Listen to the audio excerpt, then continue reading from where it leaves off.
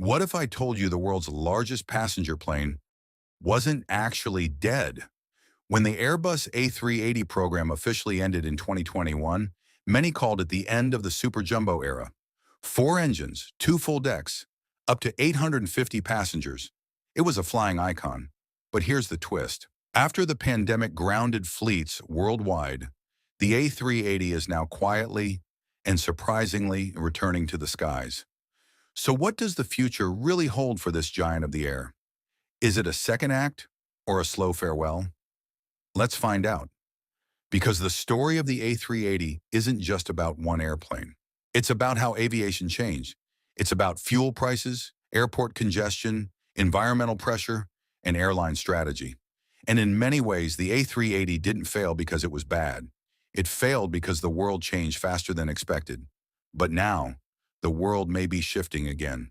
Airports are full, new aircraft deliveries are delayed, and passenger numbers are breaking records. Could the Superjumbo actually have a second life? When Airbus launched the A380 in the early 2000s, it was built for one big idea. The world's biggest airports would get busier and busier.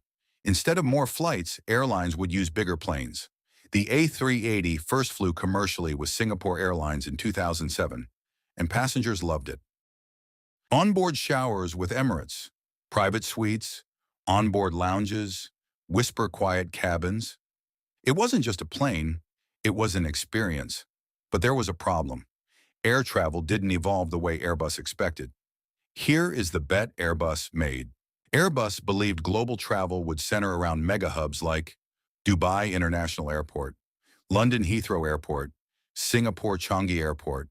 Airport slots were limited. Runways couldn't expand easily. So the logical solution seemed simple. Make bigger airplanes. The A380 was designed to carry between 500 and 600 passengers in typical layouts. In an all-economy configuration, it could carry over 800. It had the widest cabin of any passenger aircraft ever built, a wingspan nearly 80 meters wide, and a maximum takeoff weight heavier than almost any other civilian aircraft in history.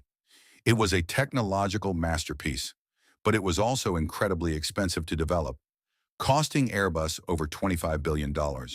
And for that investment to pay off, airlines needed to order hundreds. Here's where the story gets interesting. Several major airlines placed orders for the A380, but most did so cautiously. Air France took just over 10. Lufthansa ordered fewer than 20. British Airways built a fleet in the teens. Qantas also kept its numbers relatively modest. Even launch customer Singapore Airlines never scaled into massive triple-digit territory. For most airlines, the A380 was a flagship aircraft, not the backbone of the fleet. It was used on prestige routes, high-demand trunk lines, iconic long-haul connections, but it was never the center of their strategy. And then there was Emirates. Emirates didn't order 10 or 20 or 40. They ordered over 120 A380s, nearly half of every A380 ever built. Let that sink in. Without Emirates, the A380 program likely would have ended years earlier. In many ways, the A380 didn't just belong to Airbus. It belonged to Emirates. And even today, Emirates is the single biggest reason the Superjumbo is still flying in large numbers.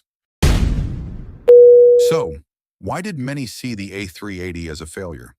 Instead of giant hub airports dominating travel, airlines shifted strategy. They moved toward smaller, fuel-efficient twin-engine jets, more direct point-to-point routes, lower operating costs. Aircraft like the Boeing 787 and Airbus A350 could fly long distances using much less fuel. And then came 2020. COVID-19 crushed international travel. The A380, already expensive to operate, was the first to be grounded. Airbus announced production would end in 2021. Many believed we had seen the last Superjumbo flight, but they were wrong. Here's the economic problem. The A380 has four engines. Four engines mean more fuel burn, higher maintenance costs, more expensive overhauls. Twin-engine aircraft became incredibly efficient thanks to ETOPS certification, allowing them to fly ultra-long-haul routes safely with just two engines. Fuel efficiency became king, and the A380 struggled when oil prices rose.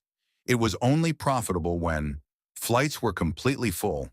Routes were slot restricted. Premium cabins were sold at high margins. If loads dropped below that threshold, the economics quickly turned against it. As global travel demand roared back in 2022 and 2023, something surprising happened. Airports became crowded. Aircraft deliveries were delayed. New jets were stuck in production backlogs. And suddenly, the A380 made sense again. Emirates, one of the largest A380 operator, brought almost its entire fleet back into service. Other airlines like British Airways and Qantas reactivated their Superjumbos too. Why? Because when you need to move 500-plus passengers between mega hubs, there is no substitute. Manufacturers have struggled to deliver new aircraft on time. That means airlines needing capacity now can't simply buy replacements quickly. So instead of retiring A380s early, airlines extended their service lives. Some aircraft that were heading for scrapyards were returned to service. And for passengers, the return of onboard bars and double-deck cabins created a sense of nostalgia. The A380 became special again. There were discussions about converting the A380 into a cargo aircraft. But here's the issue. The A380's double-deck structure makes cargo conversion extremely complex. Unlike the Boeing 747, which had a strong freighter market, the A380 was never structurally optimized for cargo loading, so large-scale freighter conversions remain unlikely, which means its future depends almost entirely on passenger demand. Here's the reality. The A380 is not coming back into production. Airbus has shifted its focus to more efficient aircraft like the A350 and future hydrogen-powered concepts. But that doesn't mean the A380 disappears tomorrow. Instead, we're likely to see 1. A hub-to-hub specialist.